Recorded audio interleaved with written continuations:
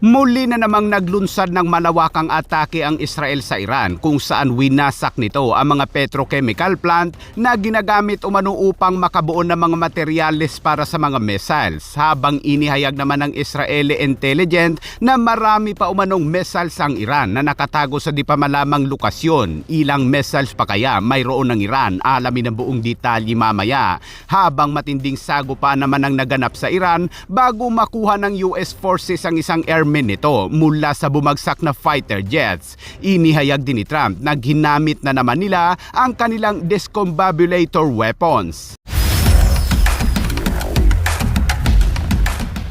Sa patuloy na tumitinding gyera sa Middle East, ilang araw matapos wasakin ng Israel ang mahalagang planta ng Iran tulad ng pinakamalaking paggawaan ng bakal na ginagamit sa paggawa ng mga ballistic missiles, ang Israeli Air Force kahapon ay muli na namang nagsagawa ng precision strike sa Iran kung saan tinarget na naman nito ang malaking petrochemical plant sa Mashyar sa Iran.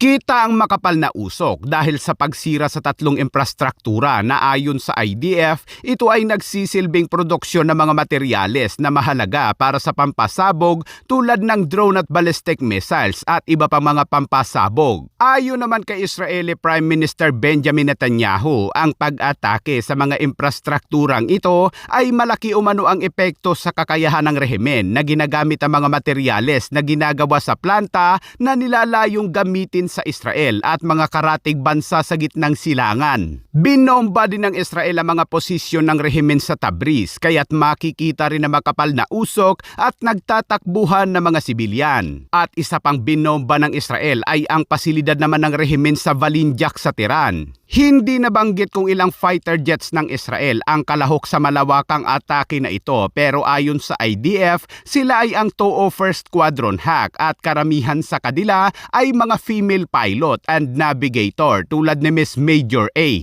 Habang ipinakita rin ng Israeli Air Force ang raw footage ng kanilang pagsira sa isang missile launcher ng Iran na nasa civilian area. Inihayag naman ng mga sibilyang Persian sa Iran na ang IRGC ay sa mga civilian areas na umano naglulunsad na mga missiles at hindi na sa mga dati nilang posisyon. Ayon sa mga Persian ay napakadelikado nito dahil posibleng madamay ang mga sibilyan kapag tinarget ito ng Israel at Amerika. Samantala, inihayag naman ng Israeli state media na base sa Israeli Intelligence Officer report, ang Iran ay mayroon pa umanong kakayahang lumaban sa pamamagitan ng missiles dahil sa kanilang tala, ang Iran ay mayroon pang nasa 1,000 ballistic missiles mula sa 2,500 noong nagsimula ang gyera. Nakaw, medyo madami pa pala mga kabayan. Habang naniniwala naman ang Israel na mayroon pa umanong secret site ang Iran kung saan naroroon ang kanilang mga missiles at ito ay patuloy pa umano nilang tinatrabaho. Mas lalo pang lumakas ang paniniwalang yan nang ilabas ng isang Farsi media ang video kung saan makikita ang mobile launcher ng Iran na kumukuha ng missiles sa isang hindi malamang underground site. Dahil sa lawak ng bansang Iran ay nahirapan ng mga Israeli intelligence na matukoy ang mga natitirang underground ng Iran, kaya't isa umano sa mga opsyon ngayon ng Israel ay targetin ang mga mobile launcher ng Iran upang hindi na nito magamit ang mga natitirang missiles na nakatago sa isang underground site nito.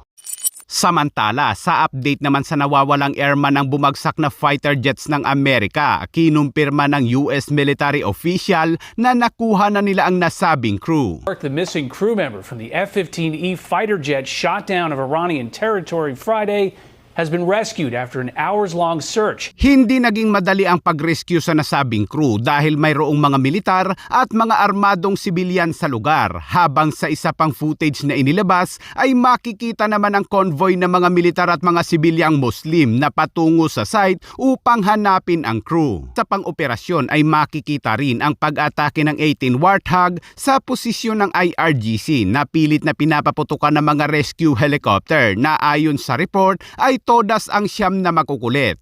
There was reportedly a heavy firefight before the crew members were taken safely out of Iranian territory. Sa isang post naman ni US President Donald Trump ay inihayag nito na nakuha na nila ang nawawalang crew. Nabanggit rin niya dito na dose-dose ng aircraft ang nakibahagi sa misyon na nagtataglay ng isang most lethal weapon sa buong mundo na tingin pa ng mga expert na iyon ay ang discombobulator na ginamit din noon ng mga special forces sa pagkuha kay Maduro. At ang armas na ito ay hindi pa rin ipinapakita ng Amerika sa publiko. Ayon sa ulat ay matagumpay ang isinagawang rescue operation pero matindi umano ang bakbakan bago makuha ng US forces ang isang crew. Ayon sa report ay isang MC-130J recovery aircraft at isang MH-6 Little Bird ng Amerika ang nastruck sa operasyon. Kesa sa isugal ang buhay ng mga militar ay pinili ng US forces na sirain ang mga aircraft na naipit upang hindi na umano ito mapakinabangan ng IRGC at mabilis na umalis sa lugar gamit ang mga backup na aircraft dahil umano sa kondisyon ng iniligtas na crew. Kaya't nang lumiwanag na ay makikita ang mga aircraft na patuloy na umuusok at kalaunan ay ipinakita rin ng IRGC ang wreckage ng mga ito.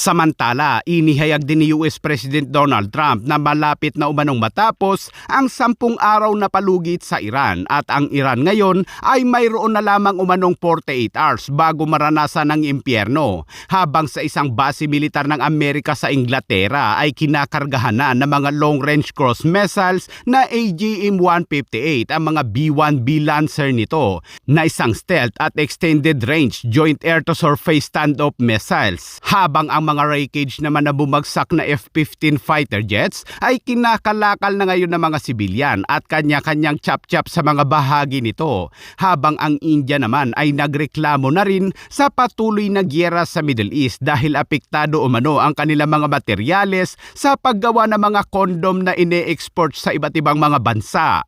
It's not just oil and gas. The Iran war is disrupting India's condom production.